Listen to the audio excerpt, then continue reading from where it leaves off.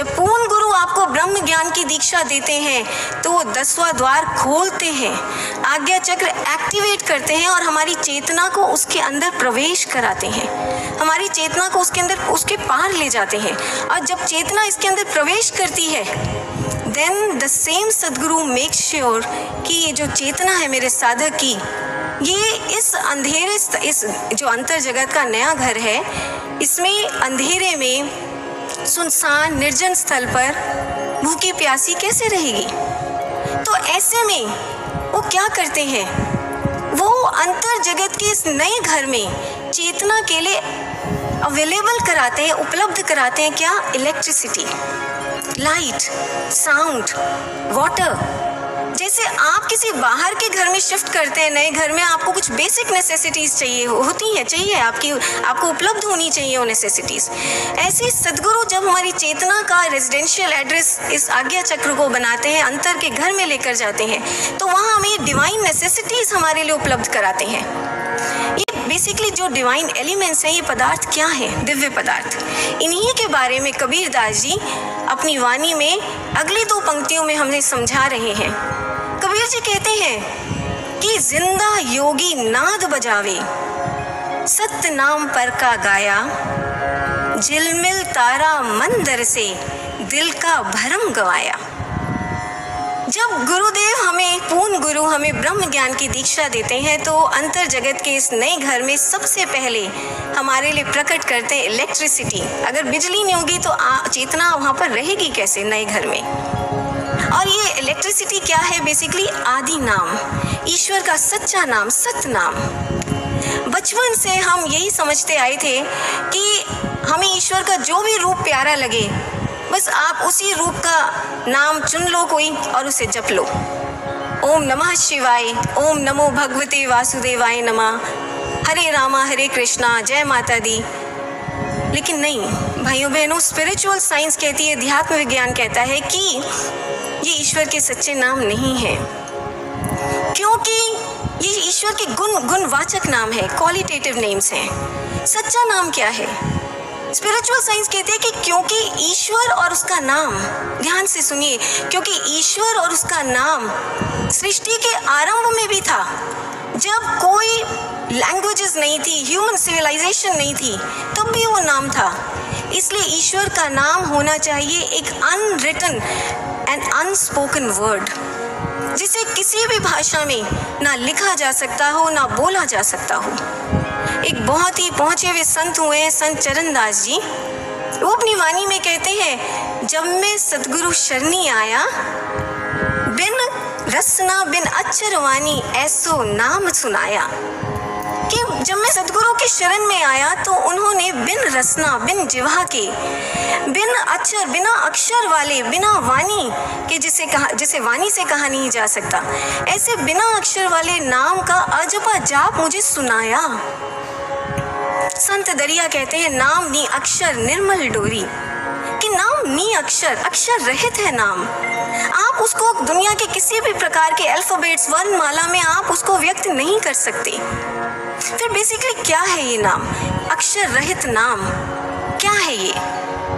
जो अनुभवी गुरु हुए हैं, संत हुए हैं, वो बताते हैं कि ये जो नाम है, ईश्वर का सच्चा नाम, ये एक प्रकार की प्राइमोर्डियल वाइब्रेशन है, एक ऐसी दिव्य तरंग जो सृष्टि की रचना से पहले भी थी, जिसे ग्रीक लैंग्वेज में कहा जाता है लोगास, हिब्रू में कहा जाता है मेमरा। लुगास और मेमरा, ये जो दोनों शब्द हैं, इनका मतलब होता है the creating and controlling principle of the universe. मतलब एक ऐसी दिव्य तरंग, आदि तरंग, जो संपूर्ण ब्रह्मांड की रचना करने के बाद, सृष्टि की रचना करने के बाद हमारी श्वासों में आकर बस गई, हमारे प्राणों में आकर समा गई। और इसलिए वेदों में ईश्वर के नाम के लिए कहा गया प्राणस्य प्राणः, वो प्राणों का प्राण है, वो ब्रेथ ऑफ ब्रेथ्स है। सूफी सेंट रूमी कहते हैं वो जाने जान है, वो हमारी जान के अंदर की जान है। अब यहाँ भी एक डाउट है, कंफ्यूजन की स्थिति समाज में जो बनी हुई है, उसको भी हम यहाँ क्लियर करना चाहते हैं। बहुत से ऐसे मेडिटेशन सेंटर्स हैं भाइयों बहनों, जो आपको मेडिटेशन के नाम पर, साधना के नाम पर कुछ श्वास क्रियाएं सिखा रहे हैं, आपको कुछ स्पेसिफिक ब्रीदिंग रिदम्स जो है उन पर अपना माइंड फोकस करना सिखाते हैं आपको। अब ऐसे भी जो सेंटर्स हैं, ऐसी भी जो साधनाएं, उनसे भी आप थोड़ा सतर्क रहें, क्योंकि ऐसा करना जो है वो प्राणायाम है। प्राणायाम से फायदा यह है कि आपका स्वास्थ्य अच्छा रहता है, आपके हेल्थ के लिए बहुत अच्छे हैं, लेकिन ये ईश्वर की सच्ची साधना नहीं है। ये वो ईश्वर का सच्चा नाम नहीं है जिसके बारे में कबीरदास जी और उनके जैसे महान संतों, पूर्ण संतों ने हमें बताया और समझाया। ईश्वर का सच्चा नाम क्या है? ईश्वर का सच्चा नाम जो है वो प्राणों पर फोकस करना नहीं है। प्राणों के अंदर जो एक सूक्ष्म प्राण है उसको जागृत करना, उसको उजागर करना और फिर उससे मन को जोड़ना, ये ईश्वर का सच्चा नाम है। टाओइज्म के एक बहुत ही महान संत हुए हैं टाओ टी चिंग। वो बहुत पते की बात करते हैं। वो कहते हैं कि ordinary people breathe through their lungs, breathe through their chest, but true people breathe from deep within themselves। कि जो सच्चे साधक होते हैं, जिन्होंने पूर्ण गुरु से ब्रह्म ज्ञान की दीक्षा पाई है, वो लोग, वो साधक गण कभी भी ऐसा नहीं है कि लंग्स और चेस्ट में जो आती जाती सांसें हैं, ऑक्सीजन, कार्बन डाइऑक्साइड, स्थूल सांस है, उससे नहीं जुड़ते हैं। वो अपने प्राणों के अंदर जो एक सूक्ष्म प्राण छुपा है, उस प्राण से जुड़कर सांस लेते हैं। बहुत गहरी बात टाओ टी चिंग कहते हैं। अब यहाँ एक बड़ा स्वाभाविक प्रश्न उठता है भाइयों बहनों, वो ये कि ये जो प्राणों के अंदर सूक्ष्म प्राण है, ये जो सूक्ष्म श्वास है, आदि नाम, सतनाम, ये प्रकट कैसे होता है? इसका अनुभव कैसे होता है? इसका प्रोसेस क्या है? अब यहाँ रोल आता है एक पूर्ण गुरु का, एक सतगुरु का। सृष्टि की और कोई अथॉरिटी ऐसी नहीं, कोई ऐसी सत्ता नहीं है जो इस नाम को, इस प्रोसेस को हमारे लिए प्रकट कर सके। जब एक पूर्ण सदगुरु आपको ब्रह्म ज्ञान की दीक्षा देते हैं तो उस समय वो इस आज्ञा चक्र को जागृत करते हैं, लेकिन इसी समय एक और अलौकिक घटना आपके अंतर में घटती है। क्या?